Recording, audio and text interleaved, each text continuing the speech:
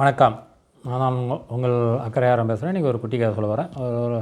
ஒரு குரு, சீடர் 2 பேர் இருந்தாங்க. குரு வந்து நிறைய விளக்கங்கள் சொல்லிகிட்டே இருந்தார். ஒரு சீடர் வந்து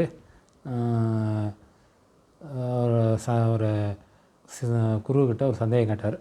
குரு, இது மாதிரி நான் வந்து சில விஷயங்கள் வந்து எனக்கு மனசில் ரொம்ப தாக்கிக்கிட்டே இருக்குது, அதே நினைப்பாகவே இருக்குது, அதை மறக்கிறதுக்கு முடிய மாட்டேங்குது அப்படின்னு சொல்லுவார். உடனே அவர் என்ன பண்ணுவார், சரி வாங்க அப்படின்ட்டு கூப்பிடுவார். கொஞ்சம் உப்பை கொடுப்பாரு. ஒரு சின்ன டம்ளரில் தண்ணி இருக்கும், அந்த தண்ணியில் போட்டு குடிக்கணுவார். குடித்த உடனே ஒரு இதாகி மிரண்டு போய் என்ன குருவே, ஒரே உப்பு கரிக்குது, ரொம்ப கரிக்குது, இதை போய் குடிக்க சொல்கிறீங்களே அப்படின்னுவார். அப்படியா, சரி வான்னுவார். அதே அளவு உப்பை எடுத்து ஒரு பெரிய ஏரி இருக்கும், அதில் நல்லா தண்ணியெலாம் குடிக்கிற மாதிரி ஏரி தான், அதில் போட சொல்லுவார். போட்டதும் அதில் கொஞ்சம் தண்ணியை எடுத்து குடிக்க சொல்லுவார். தண்ணியை எடுத்து குடிப்பார். இப்போ எப்படி இருக்குது அப்படின்னு கேட்பார்.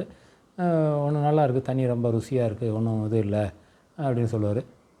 அதே உப்பு தான் நீங்கள் 2 இடத்துல போட்டிங்க. ஒன்று டம்ளரில் போட்டு குடிச்சிங்க, அது ஒரு உங்கள் மனசை விசாலமாக இல்லாமல் சுருக்கி வச்சு பார்க்குறீங்க.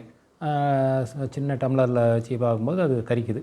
அதுவே ஏரி மாதிரி ஒரு விசாலமாக ஒரு விஷயத்தை பொதுவாக விட்ருங்க, அதை பற்றி சிந்திக்காமல் அது மட்டும் நடக்கட்டும் அப்படின்ட்டு விட்டிங்கன்னா உங்களுக்கு எந்த வித இடர்பாடும் இருக்காது. அந்த இதுவே அதனுடைய பாதிப்பே தெரியாது. எதையுமே ரொம்ப ஆழ்ந்து ஒரு கஷ்டம் வந்ததுன்னா இன்பத்தை சந்தோஷமாக பகிரலாம். ஒரு கஷ்டம் வந்ததுன்னா அதை போட்டு பண்ணிகிட்டு இருக்காதிங்க, திரும்ப நினச்சிட்டு இருக்காதிங்க. நினைக்காமல் அதை விசாலமாக விட்டிங்கன்னா உங்களுடைய வாழ்க்கை சிறப்பாக இருக்கும், மனசில் எந்த சங்கடங்களும் இருக்காது அப்படின்னு சொன்னார். ஸோ அப்போ தான் அந்த சீடருக்கு புரிஞ்சுது. சரி குருவே, நான் நல்லா தெளிவாக புரிஞ்சுக்கிட்டேன், நான் இனிமேல் ஒரு கஷ்டம் வந்ததுன்னா அதை போட்டு நினச்சி பெருசாக ஆக்கிக்க மாட்டேன் அப்படின்னு சொல்லுவார். அதனால் இதுதான் வாழ்க்கையில் எப்பயுமே நமக்கு வரும் கஷ்டங்கள் வரும், இன்பங்கள் வரும், துன்பங்கள் வரும்.